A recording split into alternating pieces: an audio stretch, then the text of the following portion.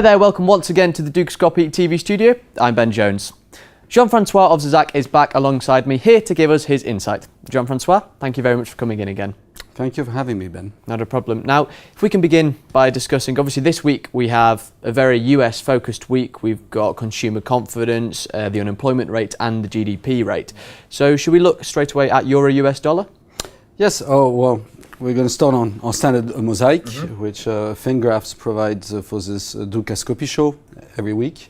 So we have Euro US dollar, cable, Australian dollar, gold, dollar Swiss, dollar yen, 3 months S&P futures and 3 months 30-year bond futures. So let's start with euro dollar, as you said, and we are here on an investor's view, which is our longer term view. It combines a weekly chart, a daily chart and an hourly chart. And what we try to achieve here is to get an at-a-glance view of how the trends interplay. So as you see, the weekly is in a bull, the daily is in a bear, and the hourly is in a bear. And the message reads potential consolidation period in an uptrend, which means that the weekly, as we can see, is still in an uptrend. It has been correcting up since mid-2012, and at the moment it's still only a correction up, as labeled here in our targets. It has never been able to achieve enough robustness to go impulsive and create a very strong move. We are talking about a weekly here, so we're talking quite long term.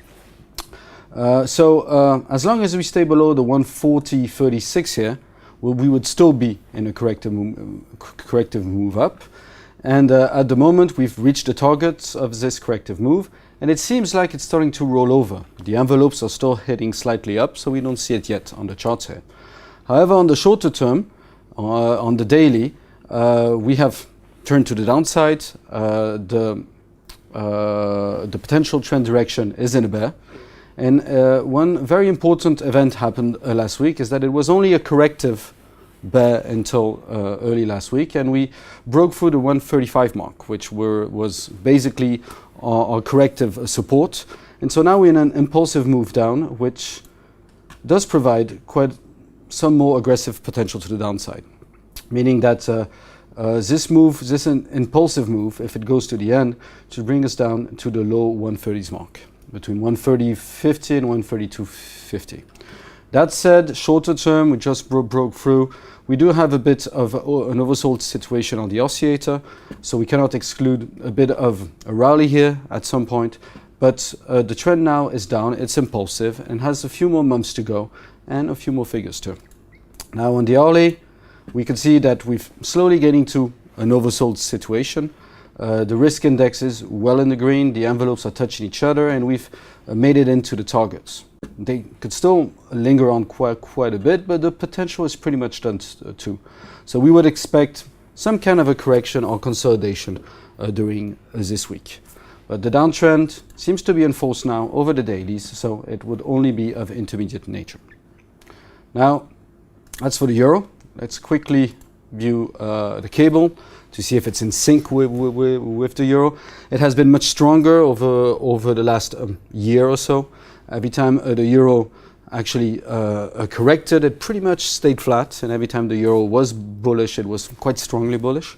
And so at the moment, a bit still more bullish than the euro. It hasn't turned yet on the daily, as we've seen on the euro. So we have a bull on the weekly, have a bull on the daily, and we're in a bear on the hourly.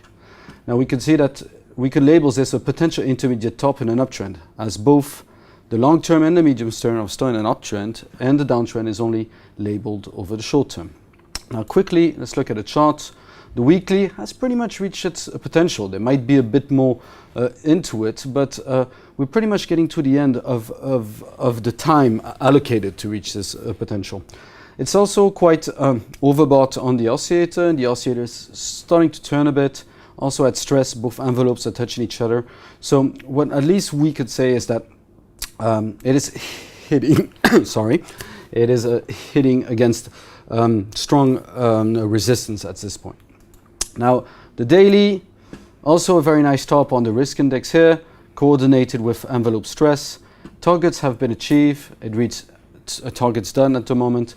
So it's quite normal to see a consolidation at this stage. The question is, are we going to see a resume uptrend from this consolidation?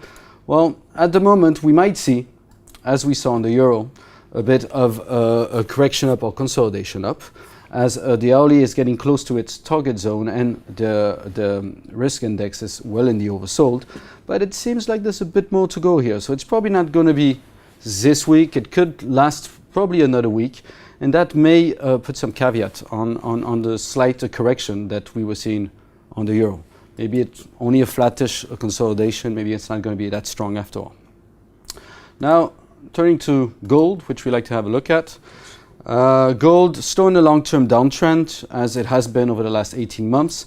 The current move up, which is seen here on the daily, has made it above its corrective targets, and especially here back in March. And so the machine is labeling us an impulsive up target. As have been saying over the last few weeks, I really need to see a second leg up here to really confirm that. So it's a bit of subjective, but we could see here that we did have some exaggeration on the risk index in the overbought. So in order to be comfortable with this impulsive move up, I really need to see some renewed upside momentum, which is not happening at the moment, or not yet. And on the hourly, we still in a downtrend. There's still a few weeks to go, maybe $20 to $50 to go. As of today, $30 to $60 to go. We did have an intermediate bottom here. It's correcting up quite nicely. It doesn't seem quite over yet, but the trend still remains to the downside. So not ready yet to turn positive on gold. Mm-hmm. And what about the S&P? So the S&P, let's have a look at the S&P here. So the S&P, we're still in a long-term uptrend. These are very aggressive targets because they are impulsive 2 targets. That's the most aggressive targets that we calculate on the Fingraphs system. And we're slowly getting close to them. I mean, the label 2031 to 2216. So what we can see here is that there may be a bit more to go over the next few quarters, but it's really getting expensive. We can see this also with the risk index here, and we see here with the 2 envelopes contacting each other. Now, on the daily basis, also exhausted, impulsive done, risk index is in the red. We do have a market stress point here too, so also a very expensive situation, almost an exaggeration. And then on the short term, well, it hasn't turned yet, and as we were saying last week, we thought there would be a possibility to go fetch the 2000. We didn't quite make it, but it hasn't turned yet. So there may be a last move up trying to reach those 2000 levels during this week.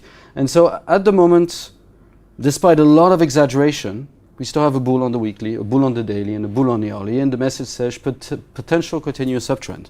So don't fight the trend, that's what we'll stay with at the moment. Fantastic. Jean-Francois, thank you very much once again for joining us. Thank you. And thank you for watching. Do make sure you keep clicking back to Dukascopy TV, and Jean-Francois will be back next week, so we'll see you then. Bye for now.